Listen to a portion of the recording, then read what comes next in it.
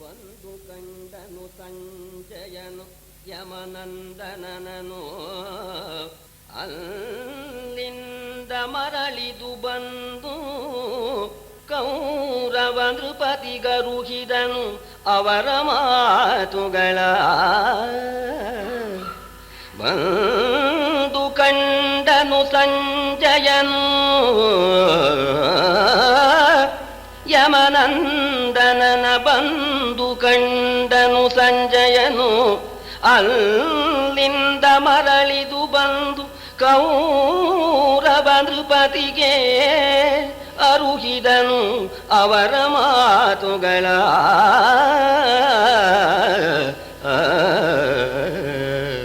ಸಂಜಯ ಕೌರವರ ಕಡೆ ಮಂತ್ರಿ. ಅವನು ಧೃತರಾಷ್ಟ್ರ ಮಹಾರಾಜನ ಮಾತನ್ನ ಮತ್ತು ಕೌರವರ ಮಾತನ್ನ ತಂದು ಧರ್ಮರಾಜನಿಗೆ ಹೇಳಿ ಇವರಿಂದ ಉತ್ತರ ತಗೊಂಡೋಗಿ ಅಲ್ಲಿ ಹೇಳ್ತಾನೆ ಅಂತ. ಅಲ್ಲಿ ಹೇಳೋದು ಮುಂದಿನ ಸಂಧಿಯಲ್ಲಿ. ಧೃತರಾಷ್ಟ್ರನ ಆ ಮಾತನ್ನ ಕುಮಾರವ್ಯಾಸ ಬಿಟ್ಬಿಟ್ಟಿದ್ದಾನೆ, ಧೃತರಾಷ್ಟ್ರ ಹೇಳಿ ಕಳಿಸಿದ್ದನ್ನ. ಧೃತರಾಷ್ಟ್ರ ಸಂಜಯನ್ ಕರೆದು ಬಹಳ ಬುದ್ಧಿವಂತಿಕೆಯಿಂದ ಮಾತಾಡ್ತಾನೆ. ಸಂಜಯ, ನೀನೇ ಹೋಗ್ಬೇಕು. ಪಾಂಡವರು ಧರ್ಮಿಷ್ಠರು, ಸತ್ಯಸಂಧರು, ಅವ್ರನ್ನ ಚೆನ್ನಾಗಿ ಹೊಗಳಬೇಕು ನೀನು. ಅವರು ಸತ್ಯಕ್ಕಾಗಿ ಏನು ಬೇಕಾದ್ರೂ ಮಾಡ್ತಾರೆ. ನಮ್ಮ ದೊಡ್ಡಪ್ಪ ಹೇಳಿ ಕಳಿಸಿದಾನಪ್ಪ, ನನ್ನ ಮಕ್ಕಳು ಬಹಳ ಅವಿವೇಕಿಗಳು, ನಾ ಹೇಳಿರ್ತಕ್ಕಂಥ ಮಾತನ್ನು ಕೇಳೋದಿಲ್ಲ. ನೀವು ಬಹಳ ಸತ್ಯಸಂಧರು, ಬಹಳ ಒಳ್ಳೆಯವರಪ್ಪ, ನನ್ನ ಮಾತು ಕೇಳಿ. ನನ್ನ ಮಕ್ಕಳು ರಾಜ್ಯ ಕೊಡದೇ ಇದ್ರು ಕೂಡ ನೀವು ಯುದ್ಧ ಮಾಡಬೇಡಿ. ಯುದ್ಧ ಅಂತನ್ನೋದು ಗೆದ್ದರೂ ಯುದ್ಧದಲ್ಲಿ ತೊಂದರೆನೆ, ಸೋತರೂ ತೊಂದರೆನೆ. ಜಯ ಪರಾಜಯ ಎರಡೂ ಒಂದೇ ಸಮನೇನೆ. ಎಲ್ಲರನ್ನೂ ಕೊಂದುಬಿಟ್ಟು ಆ ರಾಜ್ಯಭಾರ ಮಾಡೋದಕ್ಕಿಂತ ಹಾಗೋ ಇರೋದು ಒಳ್ಳೇದಪ್ಪ. ನಿಂಪಾಡಿ ನೀವು ಸುಖವಾಗಿದ್ದು ಬಿಡಿ. ನಮ್ಮ ಮಕ್ಕಳು ನನ್ನ ಮಾತು ಕೇಳೋಲ್ಲ ಅಂತ ಹೇಳಿ ಧರ್ಮರಾಜನ ಅಂತಃಕರಣವನ್ನ ನೀನು ಮರುಗಿಸುವಂತೆ ಮಾಡಿಬಿಟ್ಟು ಅವ್ರು ನಮ್ಮ ತಂಟಿಗೆ ಬರಬಾರ್ದು, ಯುದ್ಧಕ್ಕೂ ಬರಬಾರ್ದು, ಅವರು ರಾಜ್ಯ ಕೇಳೋಕ್ಕೂ ಬರಬಾರ್ದು. ನೋಡಿ, ಈ ರೀತಿ ಹೇಳು ಅಂತ ಹೇಳಿ ಕಳಿಸ್ತಾನೆ. ಸಂಜಯ ಅದೇ ರೀತಿ ಧರ್ಮರಾಜನಿಗೆ ಹೇಳ್ತಾನೆ. ಆ ಮಾತನ್ನು ಇಲ್ಲಿ ಹೇಳಿಲ್ಲ. ಈ ಸಂಜಯನನ್ನ ತಯಾರು ಮಾಡಿ ಕೌರವರು ಕಳಿಸಿದ್ರು. ಆ ಸಂಜಯ ಆ ಮಾತು ಬಂದು ಹೇಳ್ತಾನೆ ಅಂತನ್ನೋ ಮಾತನ್ನ ಕುಮಾರವ್ಯಾಸ ಹೇಳ್ತಾ ಇದ್ದಾರೆ. ಮೊದಲೇ ಹೇಳಿದಂತೇನೆ ದ್ರುಪದ ಮಹಾರಾಜರ ಪ್ರಾರ್ಥನೆಯಿಂದ ದ್ರುಪದ ರಾಜ ಪುರೋಹಿತನು ಕುರು ನೃಪನ ನಿತ್ತಲು ಬಂದು ಕಂಡನು. ವಿಪುಳಮತಿ ಮಾತಾಡಿದನು ನಿಜ ರಾಜ ಕಾರ್ಯವ. ಕೃಪಣತನದಲ್ಲಿ ಕೌರವನು ಗುರು ಕೃಪನ ಭೀಷ್ಮನ ಮತವನೊಲ್ಲದೆ ಚಪಳ ಕಣ್ಣನ ಕೂಡಿ ನಿಶ್ಚಯಿಸಿದನು ಕಾಳಗವ.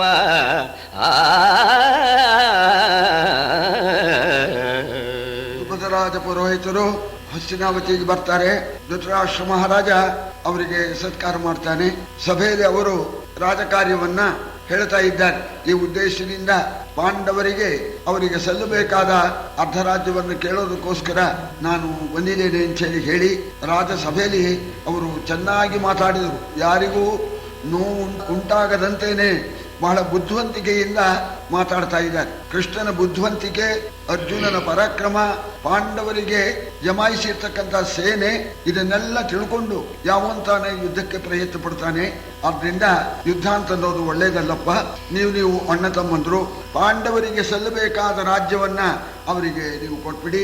ಅವ್ರು ಹೆಚ್ಚೇನು ಕೇಳ್ತಾ ಇಲ್ಲ, ನಿಮ್ಮದನ್ನು ಕೇಳ್ತಾ ಇಲ್ಲ. ಅವ್ರದ್ದೇನಿದೆಯೋ ಅದನ್ನು ಕೊಟ್ಬಿಡಿ. ಮೊದಲೇ ಕರಾರು ಅದೇ ರೀತಿ. ಅಜ್ಞಾತವಾಸ ಮುಗಿದ ಮೇಲೆ ಅವರ ರಾಜ್ಯನ ಅವರಿಗೆ ಕೊಡಬೇಕು ಅಂತಲೇ ಜೂಜಾಡಿರ್ತಕ್ಕಂಥದ್ದು. ಆದ್ರಿಂದ ಕೊಟ್ಬಿಡಿಪ್ಪ ಅಂತ ಹೇಳಿ ಬಹು ಮೃದುವಾಗಿ ನ್ಯಾಯವಾಗಿ ಮಾತಾಡಿದ್ದಾರೆ. ಅವರ ಮಾತನ್ನ ಕೇಳಿ ಭೀಷ್ಮ, ದ್ರೋಣ, ಕೃಪ ಎಲ್ಲರೂ ನ್ಯಾಯವಾಗಿದೆ ಅಂತ ಹೇಳಿ ದುರ್ಯೋಧನಿಗೆ ಸಮರ್ಥನೆ ಮಾಡಿ ಹೇಳಿದ್ದಾರೆ. ಆದರೆ ದುರ್ಯೋಧನ ದುರಾಸೆ, ಕಂಡವದ್ದು ತನಗೆ ಬರಬೇಕು ಎಂಬತಕ್ಕಂಥ ಕೃಪಣತನದಿಂದ ಭೀಷ್ಮ, ದ್ರೋಣ ಅವರ ಮಾತಿಗೂ ಕೂಡ ಬೆಲೆ ಕೊಡೋದಿಲ್ಲ. ಆ ಚಪಲಮತಿ, ಚಂಚಲನಾಗಿರ್ತಕ್ಕಂಥ ಕರ್ಣ, ಆತುರದಿಂದ ಮಾತಾಡ್ತಕ್ಕಂಥ ಕರ್ಣ, ಆ ಕರ್ಣ ಕೊಡೋದಿಲ್ಲ. ನಮ್ಮ ಮಹಾರಾಜ ಧರ್ಮದಂತೆ ನಡೆಯತಕ್ಕಂಥವನು. ಧರ್ಮದಿಂದ ಬಂದ್ರೆ ಬೇಕಾದ್ದು ತನ್ನ ರಾಜ್ಯವನ್ನು ಕೊಟ್ಬಿಡ್ತಾನೆ. ಅವ್ರು ಕೇಳೋದೇ ನ್ಯಾಯವಾಗಿಲ್ಲ, ಅಜ್ಞಾತವಾಸ ಮುಗಿದೇ ಇಲ್ಲ ಅಂತ ತಕರಾರು ಹಾಕ್ಬಿಟ್ಟ ಕರ್ಣ. ನಾವು ಮತ್ತೆ ಹೆಚ್ಚಿಬಿಟ್ವಿ ಅಜ್ಞಾತವಾಸದಲ್ಲಿ. ಮತ್ತೆ 12 ವರ್ಷ ವನವಾಸ ಅಜ್ಞಾತವಾಸ ಮಾಡ್ಕೊಂಡು ಬರಲಿ, ಆಮೇಲೆ ಕೊಡ್ತೇವೆ, ಈಗ ಕೊಡೋದಿಲ್ಲ ಅಂತ ಹೇಳಿ ಕರ್ಣ ಹೇಳ್ದ. ಶಾಬಾಸ್ ಕರ್ಣ ಅಂತ ಕರ್ಣನ ಮತಕ್ಕೆ ಒಪ್ಕೊಂಡ್ಬಿಟ್ಟು ಕೊಡೋದಿಲ್ಲ ಅಂತ ಹೇಳಿ ಕಳಿಸ್ತಾನೆ. ಆಗ ಸರಿ ಧೃತರಾಷ್ಟ್ರ ಮಹಾರಾಜ ನೃಪರಾಜ ಪುರೋಹಿತರಿಗೆ ಸತ್ಕಾರ ಮಾಡಿಬಿಟ್ಟು, ಸ್ವಾಮಿ ಇವರು ಹೀಗೆಲ್ಲ ಏನೋ ಹೇಳ್ತಾ ಇದ್ದಾರೆ, ಇದು ಯಾವುದೂ ಕೂಡ ನೀವು ನೆಚ್ಕೋಬೇಡಿ, ಯಾವುದಕ್ಕೂ ಕೂಡ ನಮ್ಮ ಮಂತ್ರಿಯಾಗಿರ್ತಕ್ಕಂಥ ಸಂಜಯನ್ನ ನಾನು ಕಳಿಸ್ಕೊಡ್ತೇನೆ ಅಂತ ಹೇಳಿ ಗೌರವದಿಂದ ಸತ್ಕಾರ ಮಾಡಿ ನೃಪದ ಪುರೋಹಿತರನ್ನ ಕಳಿಸ್ಕೊಡ್ತಾನೆ. ಇಲ್ಲಿ ಈ ದುರ್ಯೋಧನ ಅಪಕೀರ್ತಿಗೆ ಪಾತ್ರನಾದ ಅಂತನ್ನೋದನ್ನ ಕವಿ ಚಮತ್ಕಾರವಾಗಿ ಹೇಳ್ತಾನೆ. ತಾನು ರಾಜ್ಯವನ್ನ ಕೊಡಲಿಲ್ಲ, ಅನ್ಯಾಯವಾಗಿ ಅವನು ಅಪಕೀರ್ತಿಗೆ ಪಾತ್ರನಾದ ಅಂತ. ಅಂದ್ರೆ ಒಬ್ಬ ದುರ್ಯೋಧನ ರಾಜ್ಯ ಕೊಡದೇ ಇದ್ದಿದ್ದರಿಂದ ಅನಾಹುತವಾಗಿ ಕುರುಕ್ಷೇತ್ರ ರಣಾಂಗಣದಲ್ಲಿ ಸಮಸ್ತರಾದರೂ ಕೂಡ ನಾಶವಾಗಿ ಹೋಗ್ತಾರೆ. ಇಂಥ ಅಪಕೀರ್ತಿಗೆ ಪಾತ್ರನಾದ ಅಂತನ್ನೋದನ್ನ ಚಮತ್ಕಾರವಾಗಿ ಕವಿ ವರ್ಣನೆ ಮಾಡಿ ಹೇಳ್ತಾ ಇದ್ದಾನೆ. ನೆನೆದ ಮತವನು ನೆನೆದ ಮತವನು ತನ್ನ ತಂದೆಯ ಮನದ ಮಚ್ಚದೊಳೊರೆದು ಕರ್ಣನ ದೆನಗಿನಲಿ ಪುಟವಿಟ್ಟು ಶಕುನಿಯ ನೀತಿಯಲಿ ನಿಗುಚಿ ಅನುಜ ಮದದಲ್ಲಿ ವಿಸ್ತರಿಸಿ ಮೈದುನನ ನುಡಿಯಲಿ ಬಣ್ಣ ಬಿಟ್ಟನು. ಅನುಜ ಮದದಲ್ಲಿ ವಿಸ್ತರಿಸಿ ಮೈದುನನ ನುಡಿಯಲಿ ಬಣ್ಣ ಬಿಟ್ಟನು. ಜನಪನ ಅಪಕೀರ್ತ್ಯಂಗನೆಗೆ ತೊಡಿಸಿದನು ಭೂಷಣವ. ದುರ್ಯೋಧನ ಅಪಕೀರ್ತಿ ಎಂಬತಕ್ಕಂಥ ಆ ಸ್ತ್ರೀಗೆ ಬಂಗಾರದ ಒಂದು ಸರ ಮಾಡಿ ಹಾಕಿದ ಅಂತ. ಅಂದ್ರೆ ಅಪಕೀರ್ತಿಗೆ ಪಾತ್ರನಾದ ಅನ್ನೋದನ್ನ ಅಪಕೀರ್ತ್ಯಂಗನೆಗೆ ತೊಡಸಿದನು ಭೂಷಣವ. ಬಂಗಾರದ ಸರ ಹಾಕ್ಬಿಟ್ಟ ಅಂತ. ಯಾವುದಪ್ಪ ಬಂಗಾರ? ತನ್ನ ಅಭಿಪ್ರಾಯವೇ ಬಂಗಾರ.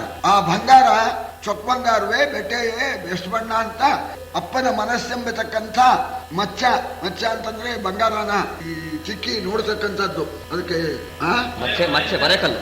ಆ ಕಲ್ಲಿನ ಮೇಲೆ ನೋಡಿದ್ನಂತೆ. ಅಪ್ಪನ ಮನಸ್ಸೆಂಬತಕ್ಕಂಥ ಕಲ್ಲಿನಲ್ಲಿ ನೋಡಿದ. ಬಣ್ಣ ಸರಿಯಾದ ಬಣ್ಣ ಆಗಲಿಲ್ಲ ಅಂತ ಹೇಳಿ ಅದನ್ನ ಬಣ್ಣ ಕಮ್ಮಿ ಆದರೆ ಪುಟಕ್ಕೆ ಹಾಕ್ತಾರೆ.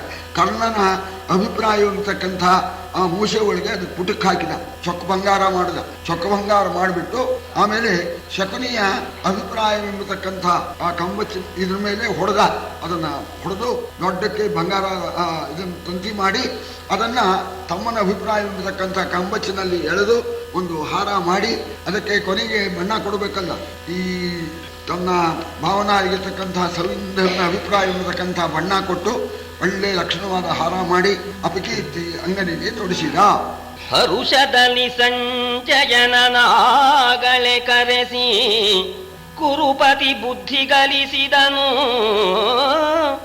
ಅರಿನೃಪರ ಪಾಳಯಕ್ಕೆ ಹೋಗುವುದು ನುಡಿಬುದು ರವಣಿಸಿ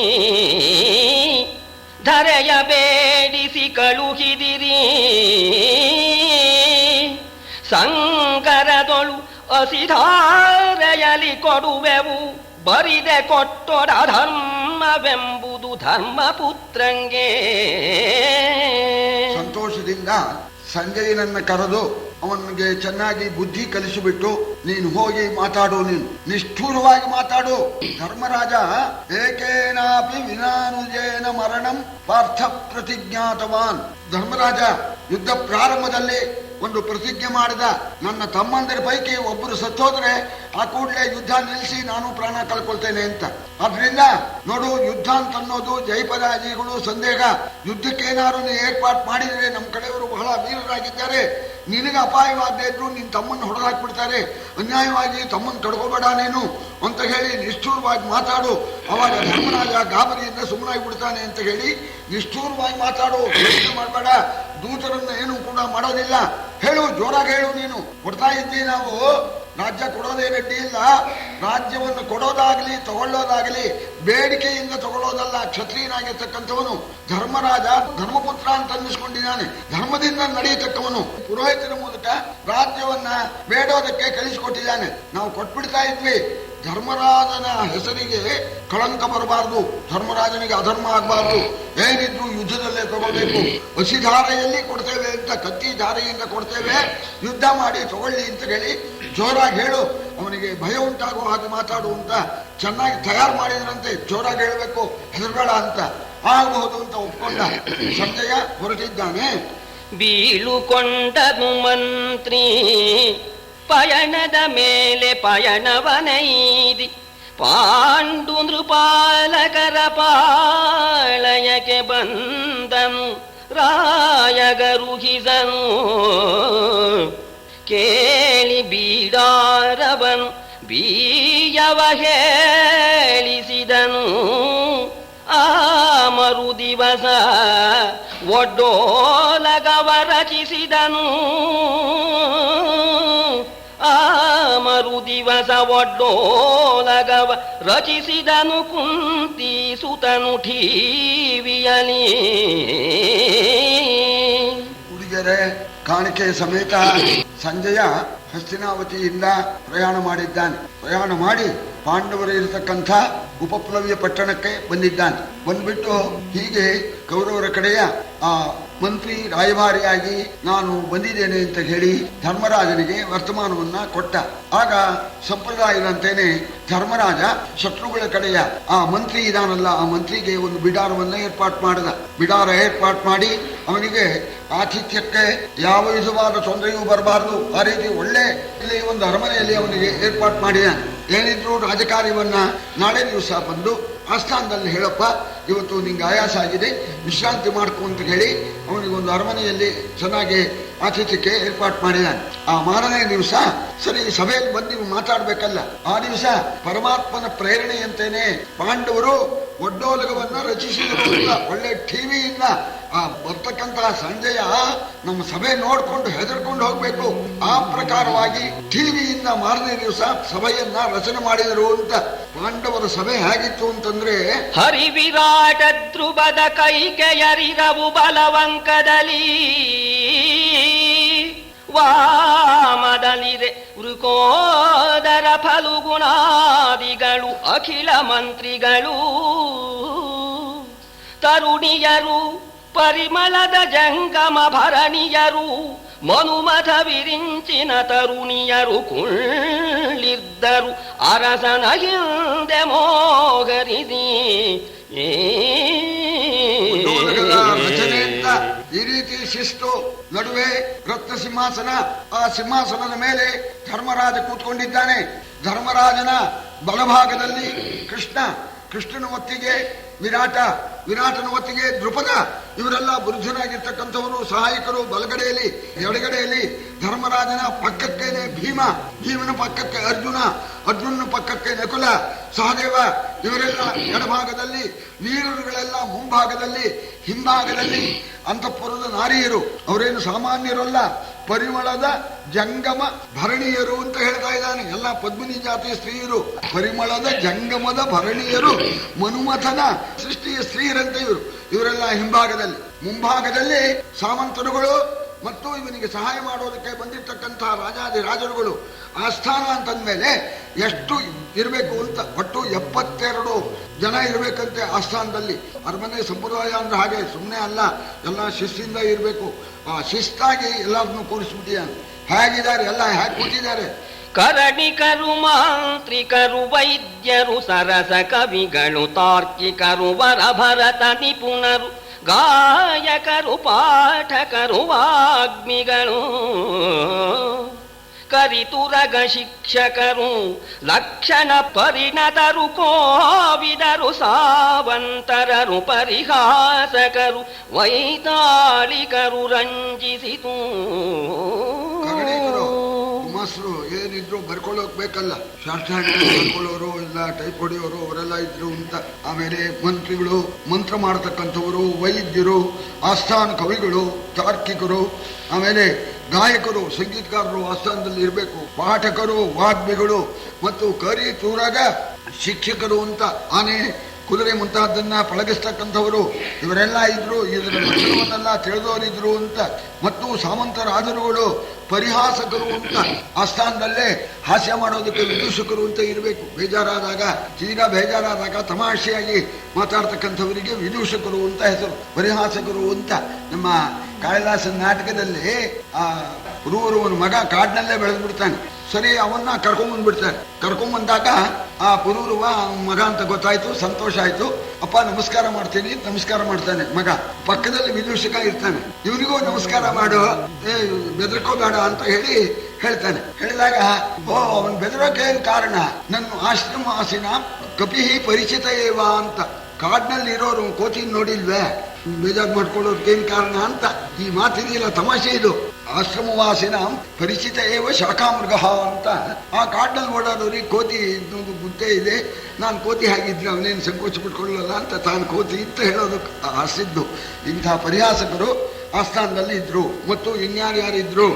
ಮಾವುತರು ಚಿತ್ರಕರು, ಮಲ್ಲರು, ರಾವುತರು, ಶಿಲ್ಪಿಗರು, ಮಾಯಾ ಕೋವಿದರು, ಕರ್ಣಾಂಗ್ರಿ ವಿಕಳರು, ಮೂಕವಾಮನರು, ದ್ರಾವಕರು, ಜೂಜಾಳಿಗರು, ವರದಾವಣಿಯರು, ವಿದೇಶಿಗಳು, ಮೃಗಜೀವಿಗಳು, ಶಾಕುನಿಕರೆಸೆದರು ರಾಜಸಭೆಯೊಳಗೆ.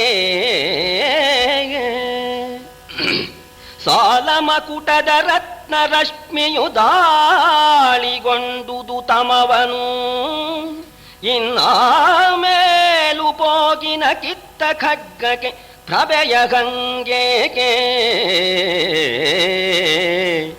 ಮೇಲೆ ಕೈದೀವಿಗೆಗಳ ಅಧಿಕ ಜ್ವಾಲೆಯದು ಪುನರುಕ್ತವೆನೆ, ಭೂಪಾಲನೋಲಗವೆಸೆದುದು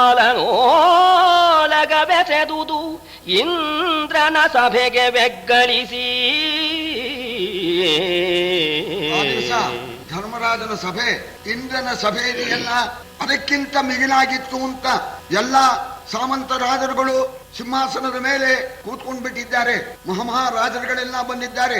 ಅವರ ಕಿರೀಟದಲ್ಲಿರ್ತಕ್ಕ ಆ ರತ್ನಗಳ ಕಾಂತಿ ಕತ್ತಲೆಯನ್ನೆಲ್ಲ ನಾಶ ಮಾಡಿಬಿಟ್ಟಿದೆಯಂತೆ.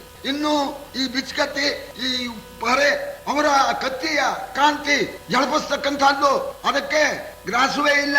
ಅದು ಕತ್ಲೆ ನಾಶ ಮಾಡೋದಕ್ಕೆ ಮೇಲೆ ರಾಜಕೀಯ ಸಂಪ್ರದಾಯದಂತೇನೆ ಆ ಗಂಧದ ಎಣ್ಣೆಯಲ್ಲಿ ಸುವರ್ಣ ಸ್ತಂಭಗಳಲ್ಲಿ ದೀಪ ಹಚ್ಚಿಟ್ಟಿದ್ದಾರಂತೆ. ಇದು ರಾಜ ಸಭೆಯ ಸಂಪ್ರದಾಯ. ಈ ಪ್ರಕಾರವಾಗಿದೆಯಂತೆ ಆ ಸಭೆ. ಒಳ್ಳೆ ಶಿಸ್ತಿಂದ ಇತ್ತಂತೆ.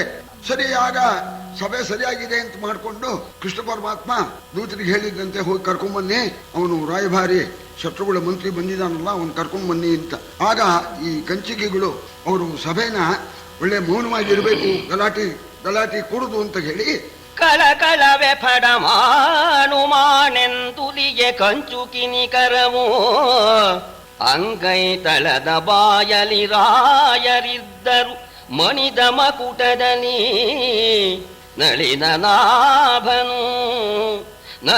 ನಾಭನು ನಗುತ ಪರಮಂಡಲದ ಶಿಷ್ಟನು ಬರಲಿ, ಪರಮಂಡಲದ ಶಿಷ್ಟನು ಬರಲಿಯನೆ ಬಾಗಿಲಲಿ ಕೈದುವ ಕೊಂಡು ಹೋಗಿಸಿದರು ಅಂದು ಸಂಜಯನ. ಸತ್ತು ಅಂತ ಅಂದ್ಬಿಟ್ರಂತೆ. ಈ ಶಬ್ದ ಸಭೆ ಹಾಕಿ ಕೂತಿದ್ದಾರೆ, ಕಾಲ ಮೇಲೆ ಕಾಲು ಹಾಕೊಂಡು ಸಿಂಹಾಸನದ ಮೇಲೆ ರಾಜರು ಕಿರೀಟ ಧಾರಣ ಮಾಡ್ಕೊಂಡಿರ್ತಕ್ಕವರು ಚೊಕ್ಕ ಕೂತಿದಾರಂತೆ. ಆ ದೃಶ್ಯ ನೋಡದ ಪರವಾಗಿಲ್ಲ ಅಂತ ತಿಳ್ಕೊಂಡು ನಳಿನನಾಭನು, ಆ ಪದ್ಮನಾಭ ಕೃಷ್ಣ ದೂತರಿಗೆ ಹೇಳಿದ್ದಂತೆ, ಹೋಗಿ ಕರ್ಕೊಂಬನ್ನಿ, ಈಗ ನೋಡ್ಲಿ ನಮ್ಮ ಸಭೆನ, ಅವನು ರಾಯಭಾರಿ ಬರ್ಲಿ ಈಗ ಅಂತ ಹೇಳೋಣ, ಬರ್ಬೇಕಂತೆ ಅಂತ ಹೇಳಿ ಹೋಗಿ ಕರೆದ್ರು. ಸಂಜಯ ಶಿಸ್ತಾಗಿ ಕೈಯಲ್ಲಿ ಜೊತೆ ಆಯುಧವನ್ನ ಧಾರಣೆ ಮಾಡಿಕೊಂಡು ಒಡ್ಡೋಲಕಕ್ಕೆ ಇವರ ಸಭೆಗೆ ಬಂದಾಗ ದ್ವಾರಪಾಲಕರು, ಮಹಾಸ್ವಾಮಿ ಕತ್ತಿ ಇಲ್ಲಿ ಕೊಟ್ಟೋಗಿ ಆಯುಧ ಸಮೇತ ಒಳಗ್ ಬಿಡೋದಿಲ್ಲ ಅಂತ ಆಯುಧವನ್ನ ಕಿತ್ಕೊಂಡ್ಬಿಟ್ರಂತೆ ಬಾಗಿಲಲ್ಲೇನೆ. ಸಂಜಯನ್ನ ಒಳಗ್ ಕಳಿಸಿದ್ರು. ದಾರಿಯಲ್ಲಿ ನೆಟ್ಟಗೆ ಬರ್ತಾ ಇದ್ದಾನೆ, ತಲೆಯನ್ನು ತಗ್ಗಿಸ್ಕೊಂಡು ಧರ್ಮರಾಜನ ಸಿಂಹಾಸನದ ಹತ್ರಕ್ಕೆ ಸಂಜಯ ಬರ್ತಾ ಇದ್ದಾನೆ. ಬಂದು ಕಾಣಿಕೆ ಕೊಟ್ಟು ಹರುಷದಲಂದು ಮೈ ಇಕ್ಕಿದನು, ಭಯದಲ್ಲಿ ನಿಂದು ನೋಡಿದನು ಎಡಬಲದ ಮಹಾಮಹೀಶ್ವರರ. ಸಂಪ್ರದಾಯ, ಆ ಸಂಪ್ರದಾಯಾನುಸಾರವಾಗಿ ಸಂಜಯ ಕಾಣಿಕೆ ಸಮೇತ ಬಂದ. ಧರ್ಮರಾಜನ ಸಿಂಹಾಸನದ ಬುಡದಲ್ಲಿ ಬಂದು ಆ ಕಾಣಿಕೆಯನ್ನೆಲ್ಲ ಇಟ್ಟು ನಮಸ್ಕಾರ ಮಾಡಿದ. ನಮಸ್ಕಾರ ಮಾಡಿ ಆವಾಗ ತಲೆ ಎತ್ತಿದ. ತಲೆ ಎತ್ತಿದವನು ಮುಂಚೆ ಧರ್ಮರಾಜನ ಎಡಗಡೆ ನೋಡ್ಬಿಟ್ಟ. ಅವರು ಕೂತಿದ್ದ ಜ್ಞಾಪಕ ಇಟ್ಕೊಳ್ಳಿ ನೀವು. ಎಡಗಡೆ ನೋಡಿದ್ದಂತೆ ನಮಸ್ಕಾರ ಮಾಡಿ ತಲೆ ಎತ್ತಿರ್ತಕ್ಕಂತಹ ಸಂಜಯ ಧರ್ಮರಾಜನ ಎಡಗಡೆ ನೋಡೋಣ ಅವನಿಗೆ ಹ್ಯಾಕ್ ಕಾಣಿಸ್ತು.